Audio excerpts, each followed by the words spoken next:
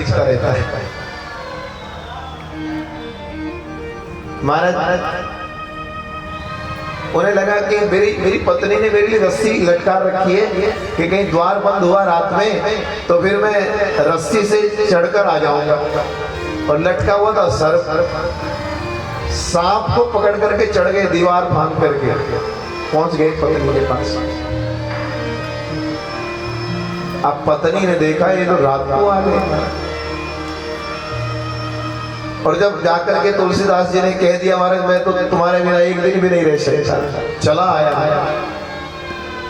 और पत्नी ने धिक्कारा उस समय की उस स्थिति को देखकर, बोली इतना इस हाड़ मांस के शरीर से तुम्हें इतना प्रेम है, इतनी प्रीति है, इससे आधी प्रीति कहीं राम से कर ली होती बोलो तो राम तुम्हारे हो गए होते। तुम्हारी इतनी प्रीति इसमें हाड़ मांस के शरीर में। और मानो ऐसा कहकर के धिक्कार दिया उनको। और यहां से उनके अंदर वैराग्य जागा।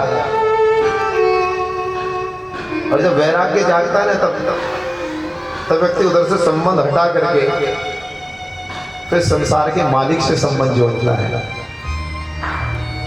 ऐसी स्थिति बनी उनके जीवन में, वहां से जितनी आतुरता से गए थे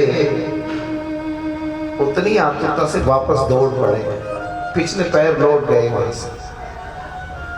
और अब उनके मन में ही भाव जाग गया कि जो प्रेम मैंने संसार में हाड़ मांस के शरीर से किया है उससे ज्यादा प्रेम मुझे बोलो राम से करना है। और क्योंकि सुन लिया था कि इससे आधा प्रेम भी कहीं राम से कर लिया होता तो राम तुम्हारे हो गए होते। और तुलसीदास जी ने इस बात की गांठ बांध लिया आज। और सच मानना जब वो वापस लौट गए और फिर उन्होंने राम से जब प्रेम किया तो आज हम सब जानते हैं कि राम से प्रेम करने के बाद फिर राम तुलसीदास जी के बोलो हो गए। फिर ऐसा नहीं रहा कि वो होंगे कि नहीं होंगे, ऐसी कोई कच्ची बात नहीं थी, फिर वो उनके हो गए। आज भी संसार भर तुलसीदास जी को राम के नाम से जाना है। आज राम में हो गए। तो ये जो अंदर का भाव है प्रेम का, जब तक ये प्रभु के साथ नहीं जुड़े तब तक कैसे होगा, तब तक वो कैसे बने अपने। रो रहे हैं संसार के लिए, भोजन नहीं दिया प्रभु ने उसके लिए रो रहे हैं, व्यवस्थाएं नहीं दी उसके लिए रो रहे हैं, इतनी सारी कमियां हमारे जीवन में डाल दी उसके लिए भगवान को कोस रहे हैं, रो रहे हैं। कभी बैठकर भगवान को सराहा नहीं, कभी ये नहीं कहा प्रभु आपने इतना सब कुछ हमें दिया, हमारे से नीचे वालों को तो इतना भी नहीं दिया आपने। हम अपने से नीचे देखते हैं तो वो और भी ज्यादा अभाव में है, कमी में है। उन्हें देख करके तो कभी कभी अब ये सोचना चाहिए कि प्रभु अगर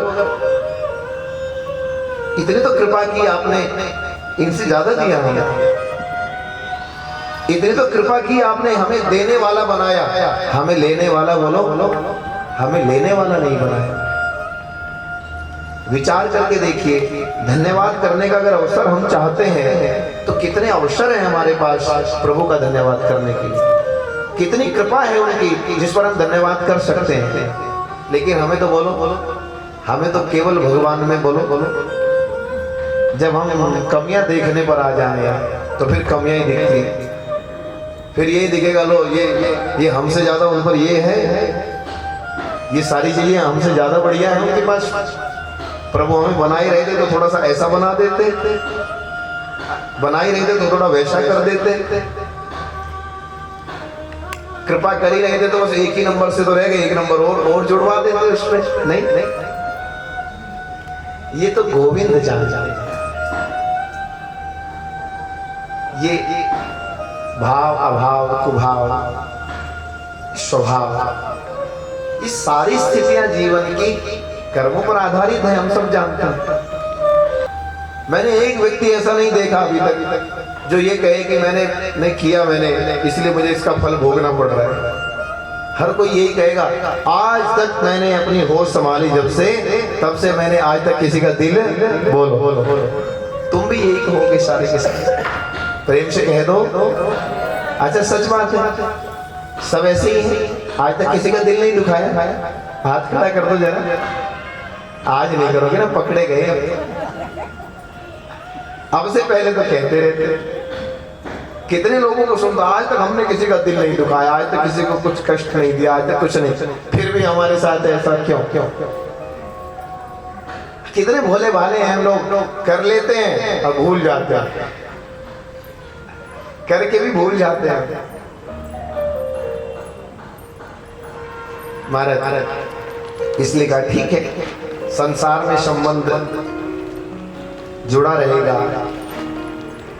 भगवान ने यहाँ जन्म दिया है, यहाँ के जो कर्तव्य होंगे, यहाँ की जो जिम्मेदारियां होंगी, वो सब पूरी करनी होंगी। जिस धर्म के साथ जुड़े हो, माता पिता भाई बहन जो भी, उस सारे कर्तव्य को पूर्ण करना होगा। लेकिन इसके साथ साथ जो सच्चा प्रेम है, वो सच्चा प्रेम हमारे ठाकुर जी के साथ, और सच्चा प्रेम जुड़े, और खाली कहने के लिए ना जुड़े। सच्चे प्रेम में जो भावनाएं होती हैं, वही भाव भी उत्पन्न हो, वो स्थितियां उत्पन्न हो। एक तो कहने का होता है, एक हृदय में वैसा भाव दिखने लगता है। हम सब लोग ठाकुर जी से प्रेम करते हैं कि नहीं करते?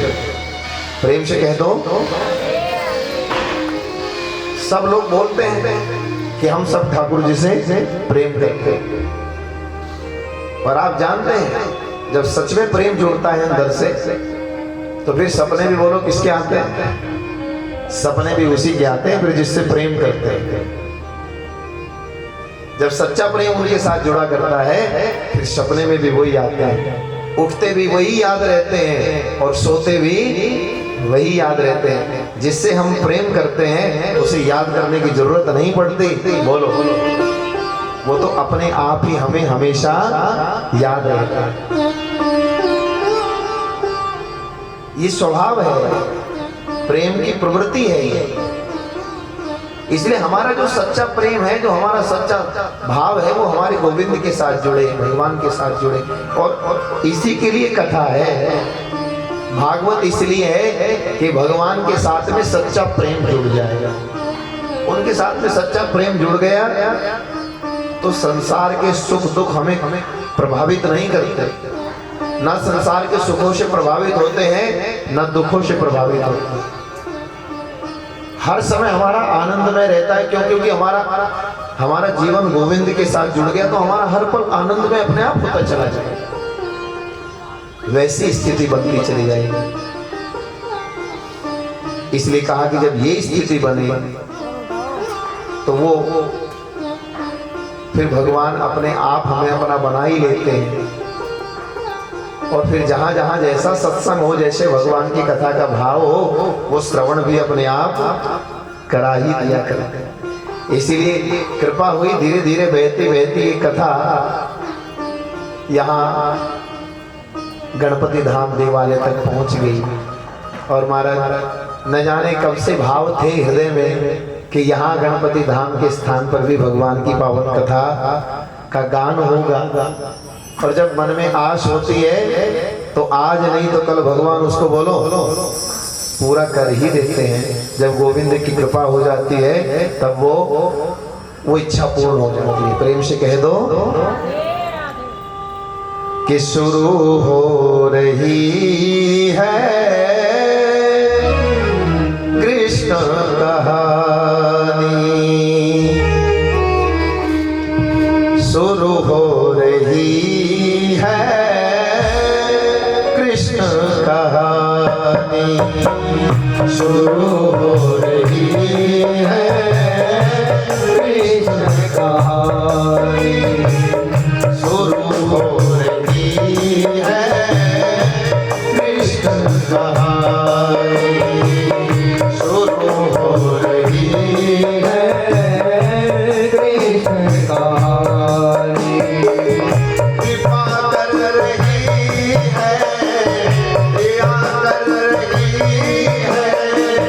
कृपा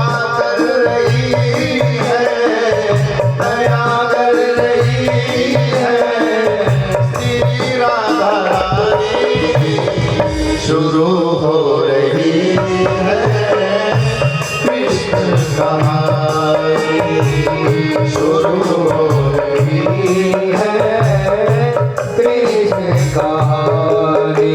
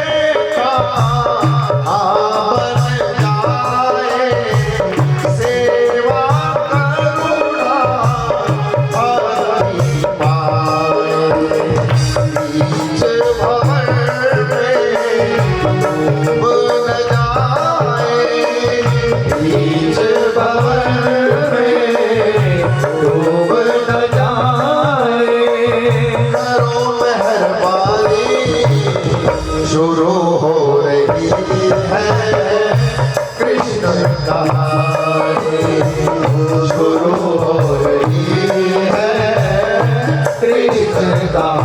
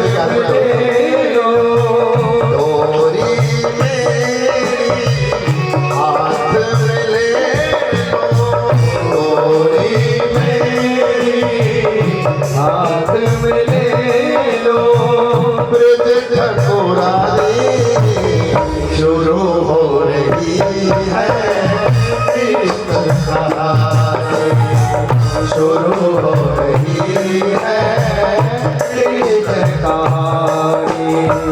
दर्श दे रही है कृपा कर रही है वो दर्श दे रही है कृपा कर रही है श्री राधा रानी शुरू हो रही है कृष्ण कहानी शुरू हो रही है कृष्ण कहानी शुरू हो रही है कृष्ण कहानी शुरू हो रही है कृष्ण कहानी। बोले वृंदावन बिहारी लाल की जय। ऐसे पावन कथा जिसे श्रवण करके हमारे जीवन का कल्याण होगा, जिसको श्रवण कर लेने मात्र से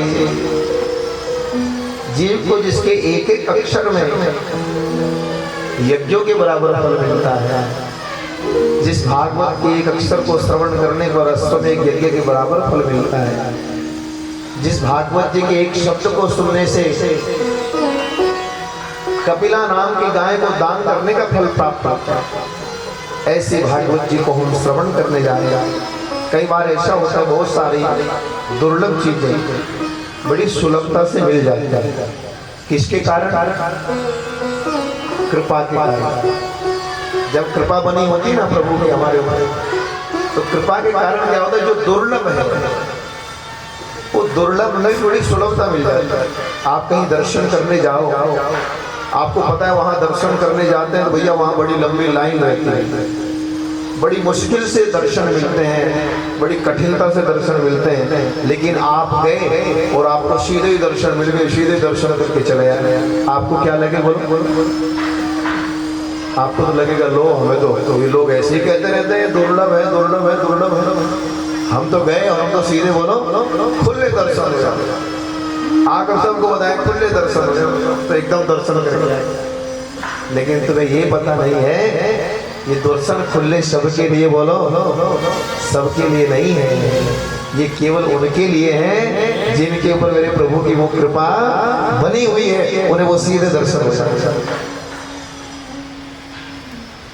हमने तो देखा अभी पीछे बद्रीनाथ जी में जो दर्शन वहां ऑनलाइन बुकिंग रहती है, पहले से ही बुक हो जाते हैं। सुबह के दर्शन जो है, दर्शन तो पीछे से चलते रहते हैं, लेकिन अंदर गर्भगृह में बैठ करके 3-4 घंटे की जो पूजा रहती है उसकी ऑनलाइन पहले से ही बुकिंग हो जाती है। या अगर कुछ सीटें रहती है तो वहीं पर पर्ची कट जाती है।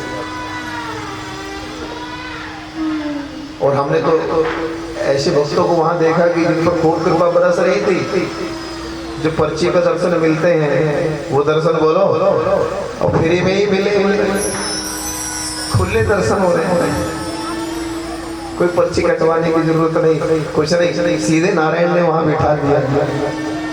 अगर इस बात को कहीं ना हो तो बोले नहीं वहां कुछ नहीं लगता, हमने तो ऐसे फ्री में किए थे, तुम्हारे वैसे हो जाएंगे, सबके हो जाएंगे क्या? सोच कर देखो, नहीं हो। क्यों? जिन पर वो कृपा मेरी नारायण की वर्षी है, और जो कृपा पात्र हैं उन्हें भगवान ऐसे ही दर्शन प्रदान किया करता है। यही स्थिति कथा के साथ में भी है। बहुत सारे लोग तो ऐसे हैं जिन्हें बार बार भगवान की कथा को सुनने का सौभाग्य मिलता है, बार बार उन्हें कथा सुनने का सौभाग्य मिलता है, बार बार भगवान की पावन कथा को, पावन चरित्र को वो श्रवण करते रहते हैं। और कुछ ऐसे हैं जो बार बार प्रयास करने पर भी भगवान की कथा को सुन नहीं पाते। ऐसे भी हमारे कई जानकार हैं जिन्होंने कई बार कोशिश कर ली कि इस बार तो हम कथा पूरे 7 दिन के सुन ही लेंगे, इस बार तो 7 दिन की पूरी सुने, लेकिन कई बार हो गए प्रयास करते करते, पर 7 दिन की बोलो पूरी नहीं हो पा रही। एक आध छुट्टी जहां बीच में लगी बोले रह गए, अगली बार जरूर रहेगी।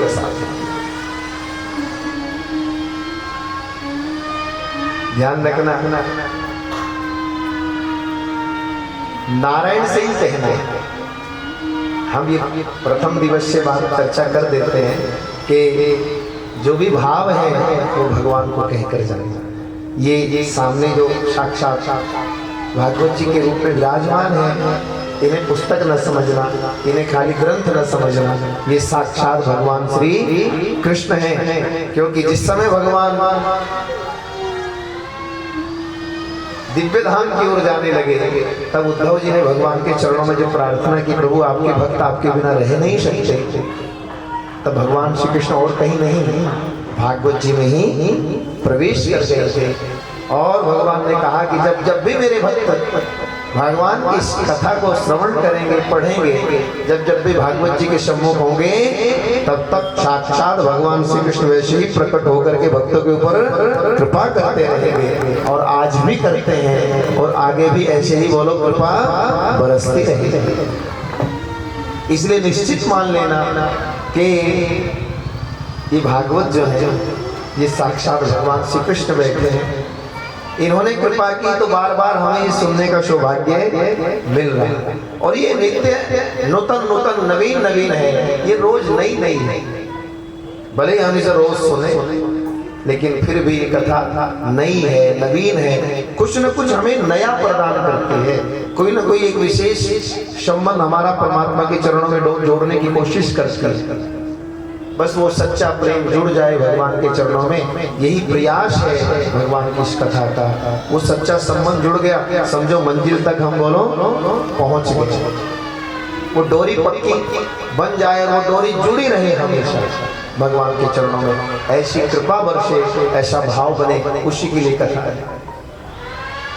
आइए निरंतर जिसको सुन करके परमात्मा हमारे हृदय में प्रकाशित हो जाते हैं। भगवान हमसे कहीं दूर नहीं है, हम भगवान से दूर नहीं और भगवान हमसे दूर नहीं है, लेकिन फिर भी भगवान हमें दिखाई नहीं देते। क्यों? जब भगवान हमारे बिल्कुल पास है, निकट है, तो फिर भगवान हमें क्यों नहीं दिखते? कभी विचारा आपने?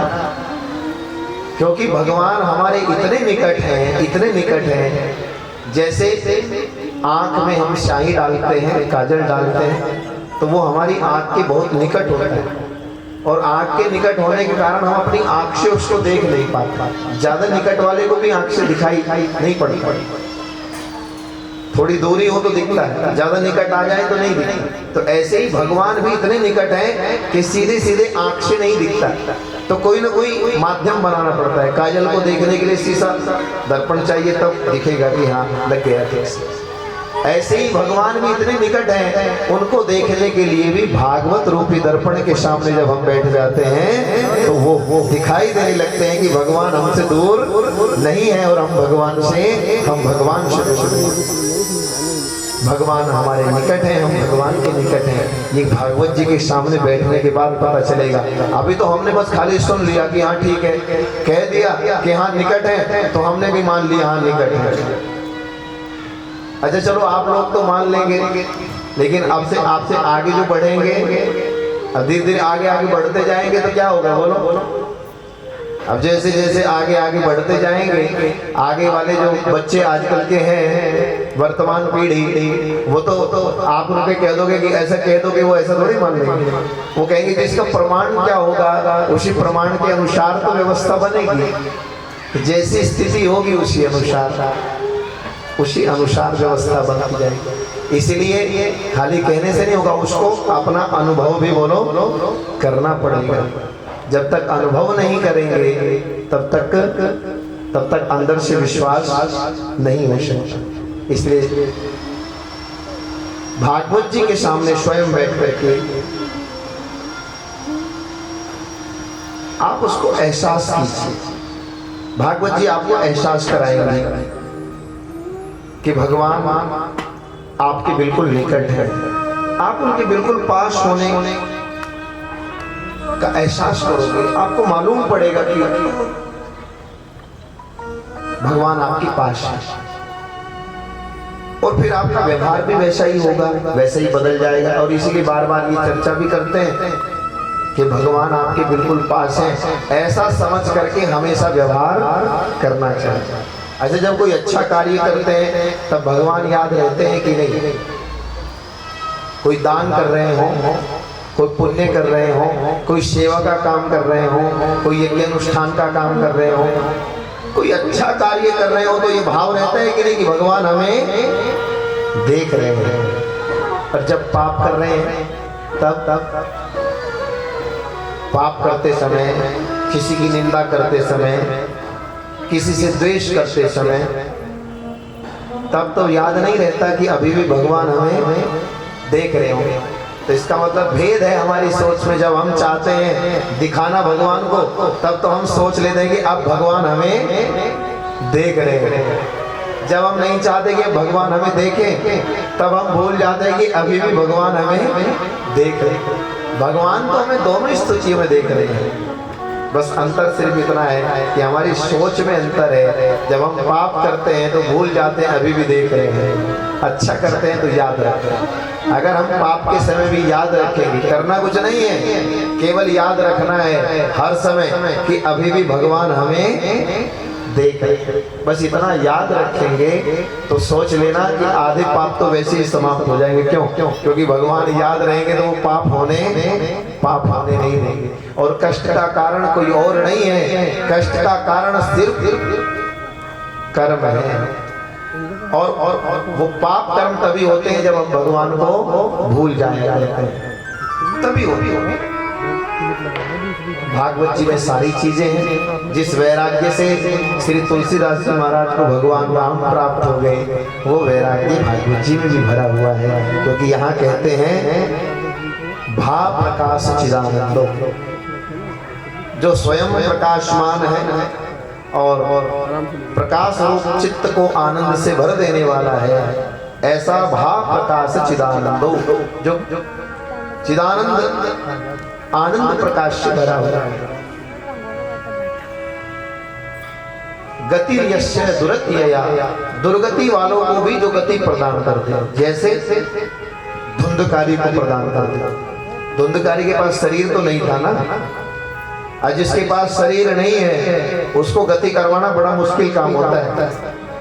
भागवत जी तो ऐसी कृपा करने वाले जो बिना शरीर वालों को भी गति प्रदान कर दे। शरीर वालों को तो बोलो, शरीर वालों को तो गति प्रदान करना बहुत सहजता है भागवत जी। तो गति यस्य दुरत्यया, जो दुर्गति को प्राप्त हैं उनको भी सदगति प्रदान कर दे, उनको भी सदगति करा दे। ऐसी भागवत का ग अक्षर है, एक अकेले अक्षर का प्रभाव है। वरिष्ठम सर्वशास्त्रेषु, सभी शास्त्रों में पुराणों में वरिष्ठ, और वरिष्ठ को प्रणाम कर लिया जाए तो बोलो सभी को प्रणाम हो जाता है। किसी बड़े के पैर में, कहते हैं हमारा हाथी के पैर में सबका पैर आया, एक बड़े का पूज लिया तो सभी का पूजा जाता है। जड़ को पूज लिया तो पूरा पेड़ जो है, पूरे पेड़ को प्रणाम हो जाएगा। ऐसे ही महाराज वरिष्ठम सर्वशास्त्रेषु, सभी शास्त्रों में पुराणों में जो वरिष्ठ है, तरणी वेद भवान भवे, संसार के भव सिंधु में पार होने के लिए तरणी है, नौका। कोई ना कोई आधार तो चाहिए पार जाने के लिए। अभी कली की बाढ़ आई हो, आई भी है चारों तरफ। आध्यात्म दृष्टि से देखा जाए कली की बाढ़ चारों तरफ आई हुई। अब बाढ़ से पार होने के लिए तरनी चाहिए, नौका चाहिए, नौका में बैठ करके पार हुआ जाए। तो तरणी वेद भवान भवे, यहाँ भागवत जी के चारों अक्षरों में सारी चीज मिल गई। प्रकाश चिदानंद यानी प्रकाश रूप आनंद भी मिलेगा, जिस ओर जाना है वो मंजिल भी दिखाई देगी। दुर्गति वालों को गति भी प्रदान होगी, जिनकी दुर्गति हो चुकी है या जिनके पास ऐसे कर्म अभी जीवन में बचे रहे हैं जिनसे दुर्गति होती है, उन कर्मों को भी जला करके भस्म करेंगे। और इनको प्रणाम कर लेने मात्र से सभी शास्त्रों को, सभी पुराणों को, सबको नमन हो जाएगा, सबको प्रणाम हो जाएगा। और इस नौका में बैठ करके संसार के भव सिंधु से पार हो जाएंगे, बिना ही प्रयास के, बिना ही कष्ट। इतना भाव भागवत जी के अक्षरों के अनुसार बताया। क्योंकि जब हम किसी चीज में प्रवेश करते हैं, अच्छा आप ही के मन में आ जाए, बोले भागवत सुननी है, आया कार्ड मिल गया आपको, संयोजक जी ने, आयोजक जी ने, या जो सभी मंडली परिवार है उन्होंने कहा आज भागवत जी में आना है, आपको कथा सुननी। आपको पूछे महाराज सुन तो लेंगे हम कथा, आप हमें कथा सुनने के लिए कह रहे हैं, हम कथा सुन लेंगे, कोई बात नहीं, परंतु इस कथा को सुन करके मिलेगा क्या होगा कथा सुन करके? तो कई लोग प्रश्न कर भी लेते हैं और मन में भाव उठे हुई कथा सुन लेंगे, पर कथा सुनकर होगा क्या? तो ये भगवान की कथा ये सुनने से पहले आपको बता रहे हैं कि इसे सुनने से आपको मिलेगा क्या। ये अखबार नहीं है कि खाली इसे सुनने या पढ़ने से आपकी जानकारी बढ़ जाएगी, इतना भर नहीं होगा। ये भगवान का वाङ्मय रूप है, इसे सुनने से आपका जीवन संवर जाएगा, इसे सुनने से आपकी तकदीर बन जाएगी, इसे सुनने से आपके सोया हुआ भाग्य जाग जाएगा, इसे सुनने से आपके जीवन में बदलाव आएगा। ये भगवान की मंगलमयी कथा है। इसे सुनने से क्या क्या मिलेगा वो आपको पहला प्रश्न बता रहा है। अभी भागवत जी में प्रवेश नहीं किया, अभी पहला पुस्तक बंद है, उसके ऊपर जो लिखा हुआ है भागवतम, अभी केवल उसका अर्थ बताया जा रहा है कि इसे खोलेगा तो इसमें क्या क्या भरा है, इसमें कौन कौन सा आनंद, कौन कौन सा रस बिखरेगा हमारे ऊपर, कैसी अमृत वर्षा हमारे ऊपर होगी, क्या क्या मिलेगा हमें, वो भागवत जी बता रहे हैं। भाष्य भक्ति, गस ज्ञान, वैश्य वैराग्य और तसे त्याग, इन सब से ओत प्रोत श्रीमद् भागवत है। और भगवता प्रोक्तम श्रीमद् भागवतम, साक्षात जो भगवान गोविंद के मुखारविंद से प्रकट हुई है, मेरे ठाकुर जी के मुख से निकली है, वही भागवत है। और जो भगवान के मुख से निकले हुए वचन हमारे जीवन में, हमारे कानों में पड़ते हैं, वो हमारा सब प्रकार से कल्याण करने वाले हैं। आदरणीय श्री सूरदास जी महाराज कहते हैं, जहां भगवान की पावन कथा होती है, बोलो बोलो बोलो, वहां सब तीर्थ चले आते हैं। और हम तो ऐसे भी सभी तीर्थों को भी निमंत्रण करके आए पहले से महाराज। अब कथा होने वाली है तो तीर्थों को भी नमन कर लिया, प्रणाम कर लिया। कथा प्रारंभ होगी तो सब पहुंच जाए। और ऐसे भी कथा के लिए ऐसा कहा जाता है कि महाराज कथा के लिए निमंत्रण नहीं भी मिलता उनको तो तब भी चले आए। क्यों? भगवान की कथा के साथ जो प्रेम तीर्थों का बना हुआ है, वो ये सुनते कि वहां कथा हो रही है, सारे तीर्थ वहां अपने आप चले आते हैं। हरि हरि हरि सुमिरन करो, हरि चरणारविंद उर धरो, हरि की कथा होई जब जहां, गंगा हो चली आवै, यमुना सिंधु सरस्वती आवे, गोदावरी विलंब न लावे, सर्व तीर्थन को वास तहां, सूर हरि कथा होवे जहां। भगवान की पावन कथा जहां जहां पर होती है, वहां वहां ये सारे तीर्थ, गंगा यमुना सरस्वती कावेरी सरयू महेंद्र तनिया, ये सारी दिव्य नदियां, सारे तीर्थ वहां आकर के बोलो विराजमान हो जाते हैं। अब ये स्थान साधारण नहीं रहा, अब ये स्थान दिव्य हो गया है, अब ये स्थान तीर्थ के समान हो गया है। यहाँ पर बैठकर किया हुआ भगवान का नाम, यहाँ पर बैठकर किया हुआ भगवान का भजन हमें अनंत गुणा फल प्रदान करेगा आपसे। इसलिए यहाँ बैठ करके ध्यान लगाकर रखना है भगवान के नाम में, कोई और विकार हमारे मन में उत्पन्न ना हो। ऐसे तो भगवान के कथा पंडाल में जब हम पहुंच जाते हैं तो वहाँ के कथा पंडाल का भाव रहता है कि वहाँ भगवान की माया नहीं होती, माया वहाँ से दूर रहती है, मन भगवान के नाम में जुड़ता है। परंतु कब जुड़ता है? जब थोड़ा ध्यान लगाने की कोशिश करते हैं कि एक आध शब्द कान में पड़ जाए, पहले एक आध पड़ जाए तो फिर ध्यान अपने आप जुड़ जाता है। और जब पूरे कान में शब्द पढ़ने ही ना दें, आ तो गए, बैठ भी गए, लेकिन बोलो कथा सुन न पाए।